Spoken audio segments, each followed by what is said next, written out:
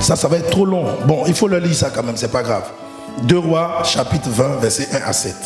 2 Rois, chapitre 20, versets 1 à 7, il est écrit. Oui. En ce temps-là, Ézéchias fut malade à la mort. Le prophète Ésaïe, fils d'Amo, vint auprès de lui et lui dit: Ainsi parle l'Éternel, donne tes ordres à ta maison, car tu vas mourir et tu ne vivras plus. Ézéchias tourna son visage contre le mur et fit cette prière à l'Éternel. Ô Éternel, souviens-toi que j'ai marché devant ta face avec fidélité et intégrité de cœur, et que j'ai fait ce qui est bien à tes yeux. Et Ézéchias répandit d'abondantes larmes. Ésaïe, qui était sorti, n'était pas encore dans la cour du milieu, oui, lorsque la parole de l'Éternel lui fut adressée en ces termes. Oui. Retourne et dis à Ézéchias, chef de mon peuple: Ainsi parle l'Éternel, le Dieu de David, ton père. J'ai entendu ta prière, j'ai vu tes larmes. Voici, je te guérirai. Le 3e jour, tu monteras à la maison de l'Éternel. J'ajouterai à tes jours 15 années. Je te délivrerai, toi et cette ville, de la main du roi d'Assyrie. Arrête-toi là. Vous voyez un peu? Je vous ai expliqué un peu cette histoire-là un dimanche ici rapidement. Amen. Mais c'est la prière en fait d'alliance. Quand vous priez là, variez vos prières.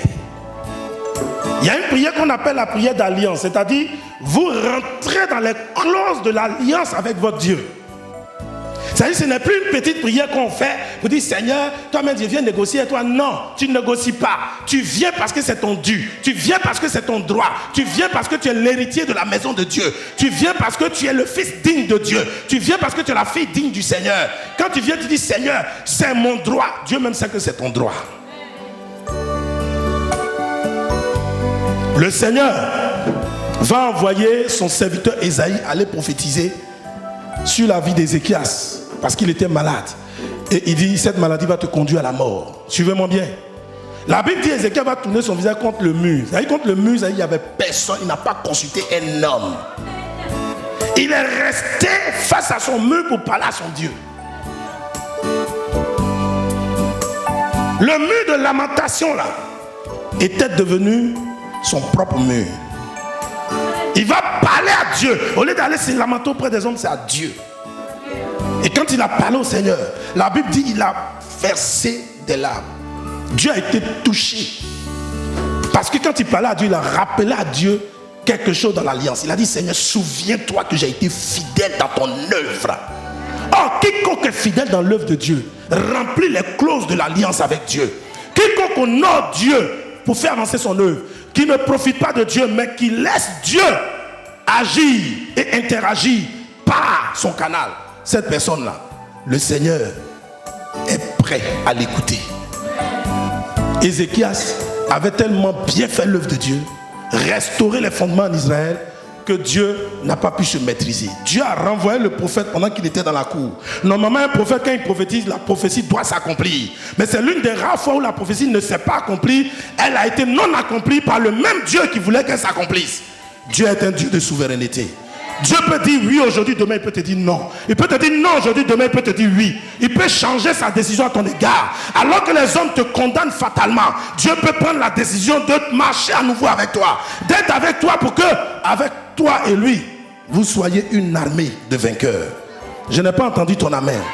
Donc de temps en temps, il faut faire la prière d'alliance. Il faut dire: Seigneur, j'ai payé le prix en telle année. Seigneur, j'ai fait ton offrande. Seigneur, j'ai fait des dons. Seigneur, j'ai prêché l'évangile. Seigneur, j'ai sacrifié ma jeunesse. Seigneur, souviens-toi. Seigneur, souviens-toi, tu peux pleurer. Ce n'est pas tes pleurs Dieu va exaucer, mais c'est ce qui est contenu de ton alliance avec lui là. C'est ce que Dieu va prendre comme écoute de ta prière. Et quand il va analyser, il va voir que ce que tu lui dis est vrai. Et que tes larmes vont couler par la suite, ça va le toucher. Donc Dieu n'exauce pas en fait les pleurs, mais il exauce la prière qui décrit l'alliance, les clauses que toi tu as remplies. Dieu est prêt à bénir ceux qui font pousser son œuvre, ceux qui font avancer son œuvre, ceux qui font que, à cause de lui, regardez, je vais vous dire quelque chose. Si grâce à vous, peuple de Dieu, tous les mois notre loyer est payé, si grâce à vous, chaque fois le culte se passe bien, l'église n'a pas de problème de matériel, l'œuvre de Dieu avance au travers de vous, le jour où vous devenez des canaux pour ça, vous pouvez parler à Dieu, lui dire: Seigneur, voilà ce que j'ai fait dans ta maison. Voilà ce que j'ai apporté. Souviens-toi de moi, je suis en danger. Le Seigneur se souviendra de toi. Parce qu'il verra que c'est toi qui as fait avancer son œuvre. Il faut faire cette prière de temps en temps. Tu peux la faire un peu aujourd'hui? Fais-le en 37, verset 1 à 10. Ézéchiel 37, verset 1 à 10, il est écrit. Oui. La main de l'Éternel fut sur moi, et l'Éternel me transporta par son esprit et me déposa dans le milieu d'une vallée remplie d'ossements. Il me fit passer auprès d'eux tout autour, et voici, ils étaient fort nombreux à la surface de la vallée et ils étaient complètement secs. Il me dit, fils de l'homme, ces eaux pourront-ils revivre? Je répondis, Seigneur éternel, tu le sais. Amen, arrête-toi là. Je vais expliquer l'histoire. Donc ici, la suite de l'histoire, c'est que Ézéchiel va prophétiser sur les ossements déchaussés. Vous comprenez? Et ces ossements vont reprendre vie, les nerfs vont pousser, la chair va venir, la peau va venir, les cheveux. Et Ézéchiel va voir une armée, une multitude d'armées pour le Seigneur. Vous comprenez un peu? Ça faisait référence au peuple d'Israël, au peuple de Dieu et au peuple que le Seigneur allait sauver dans les autres peuples païens de la terre. Nous, ça faisait référence à nous. Dis Amen. Parce que nous étions morts. Dieu nous rend vivants par lui, par Jésus-Christ de Nazareth. Mais ici, Dieu est en train d'enseigner en fait à Ézéchiel qu'il y a ce qu'on appelle la prière prophétique. C'est une prière qui consiste à annoncer les événements. La prière prophétique là, elle consiste à annoncer. Elle n'est pas là pour dire Seigneur, je te demande de me donner. Seigneur, je te... La prière prophétique annonce. La prière prophétique ne dit pas Seigneur, je te demande de me donner. Mais la prière prophétique dit j'annonce que la chose arrive. Est-ce que tu vois la différence? La prière prophétique dit ossements desséchés, reprenez vie. Et ça reprend vie. Il y a une onction sur elle. Aidez-la. Il y a une onction sur elle. Aidez-la. La prière prophétique, c'est ça. Elle n'est pas dans les discours. Aidez-la, c'est l'onction qui fait ça. Pour vous dire que Dieu est dans la prière prophétique. La prière prophétique, là, on ne vient pas pour dire à Satan, non, non, s'il te plaît, non, non. La prière prophétique le dégage. La prière prophétique, tu te lèves, tu dis, sorcier, dégage de là. Satan, dégage de là. Comme... Oh Seigneur. Oh Seigneur. À Gabaon, le soleil a été arrêté. Le parcours du soleil. Il a dit, soleil, arrête-toi. Et ça s'est arrêté. C'est la prière prophétique. Cette prière agit sur le cours des événements. Change le cours des événements. Change l'atmosphère prophétique. Change la situation d'une personne. C'est une prière qui est très remplie de puissance. Vous voyez un peu? Donc, elle annonce les événements glorieux. C'est une prière faite pour faire revivre ce qui est mort. C'est une prière qui consiste, qui concerne aussi en même temps les choses à venir. C'est-à-dire, les choses à venir, là, tu les envoies dans le présent. Est-ce que tu vois? Tu regardes, tu te lèves un matin, tu dis, bon, je suis fatigué de souffrir dans cette France. À partir d'aujourd'hui, même si ma réussite était dans 2 ans, je fais appel à ma réussite. Elle quitte les 2 ans. Je la ramène aujourd'hui à moi. C'est dès aujourd'hui que je dois réussir. Sinon, à ma parole. Le prophète Élie a dit, il ne tombera pas de plus, sinon à ma parole. En fait, c'était la prière prophétique qu'il faisait. Quand vous entamez une prière prophétique, vous êtes un annonceur. Vous annoncez les choses. Vous déclarez les choses. Vous affirmez les choses. Et vous les confirmez. Comprenez, si je fais des gestes, c'est l'onction qui est dans mon corps qui fait ça. Amen. Qui peut annoncer quelque chose de bon ce soir pour lui? Qu'est-ce que tu as envie de voir maintenant que tu peux annoncer? Tu as perdu des choses, annonce, tu vas les retrouver. Tu cherches quelque chose, annonce, tu vas les avoir. Tu veux que quelqu'un qui t'a fait du mal vienne devant toi, se mettre à genoux, te demander pardon, annonce, la personne va venir. Commence à annoncer, fais ta prière. Chapitre 1, verset 1 à 4, il est écrit.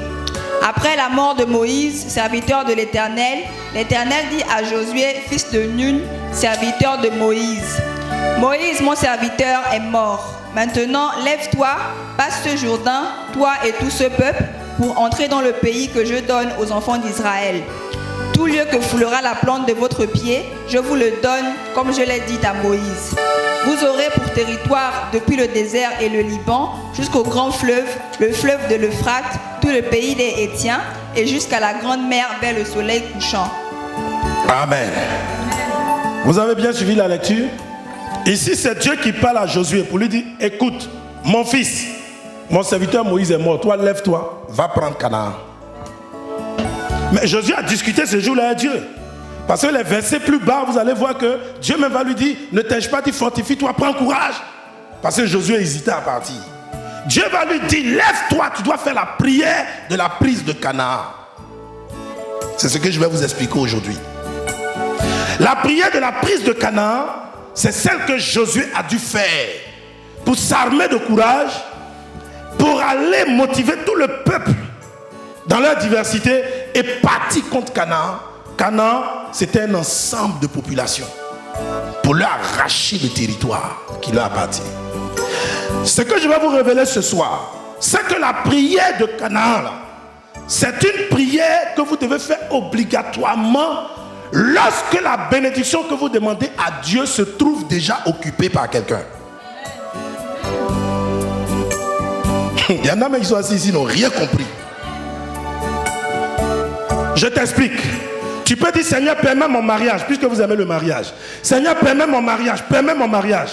Or, dans le monde spirituel, il y a un sorcier qui occupe déjà ton mariage. Il y a un sorcier dans ta famille qui a déjà pris ton mariage, qui l'a confisqué par un lien quelconque. C'est un exemple que je vous donne. Il se trouve que spirituellement, ton mariage est déjà occupé. Toi, tu es là, tu pries, Seigneur, bénis-moi. Seigneur, je veux me marier. Seigneur, amène mon homme. Il ne va jamais venir. Parce que pour que cet homme vienne, il faut d'abord que dans le spirituel, tu réussisses à le libérer. Parce qu'on a pris ton mariage dans le spirituel. Donc en prenant ton mariage dans le spirituel, l'homme est déjà attaché quelque part pour qu'il soit toujours empêché de venir vers toi, qu'il y ait rencontre.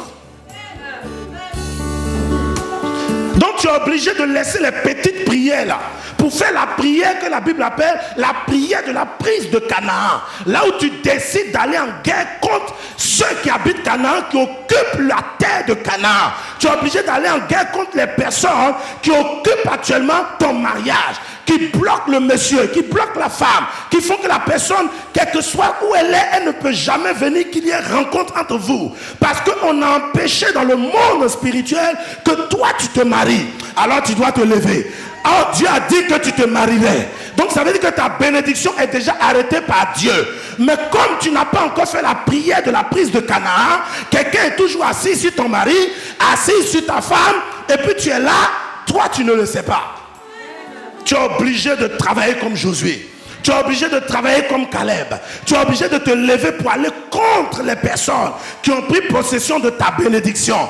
Quand tu vas commencer à faire cette prière, Dieu va les faire mourir.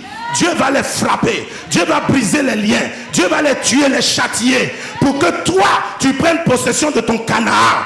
Ça s'appelle la prière de la prise de Canaan. Amen. Qui comprend ce soir? Qui comprend ce soir? Bien aimé, il faut comprendre. C'est important. Je veux vous amener dans une autre dimension de la prière. Ici en France, vous faites les prières genre choses climatiques. Vous faites des prières liées à vos cartes bleues. Faites des prières liées au chéquier. Non. La vraie prière, ce que nous on faisait en Côte d'Ivoire, en Afrique, il fait chaud et puis on parle. Tu te mets dans une position bizarre. Tu commences à prier. Le ciel même tremble devant toi. Parce que le sorcier là-bas, il sait qu'il y a quelqu'un qui s'est levé, qui a décidé d'aller posséder son Canaan. Oh, alléluia. Bien aimé, je parle à quelqu'un ce soir. Ceux qui sont assis sur ton mariage, ceux qui sont assis sur ton avancée, ceux qui sont assis sur tes papiers en France, ceux qui sont assis sur ta santé, c'est ton Canaan sur lequel ils sont assis. Tu vas les dégager ce soir. Commence à faire ta prière. Commence à faire ta prière.